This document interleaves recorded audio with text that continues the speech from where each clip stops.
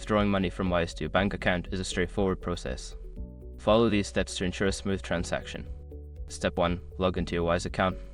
Access your Wise account by entering your email and password on the Wise website or app.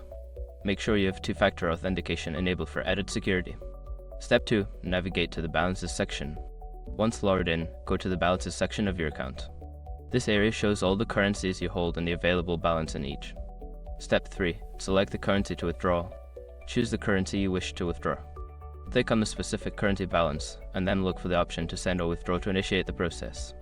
Step 4. Enter your bank account details. Input your bank account details where you want the money to be sent. Ensure that all information is accurate to avoid any delays in processing. Step 5. Confirm and complete the withdrawal. Review the details of your withdrawal, including any fees and the estimated delivery time.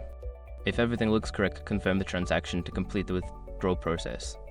Once you have followed these steps, your funds should be on their way to your bank account. If you encounter any issues, consult Wise's Help Center for assistance.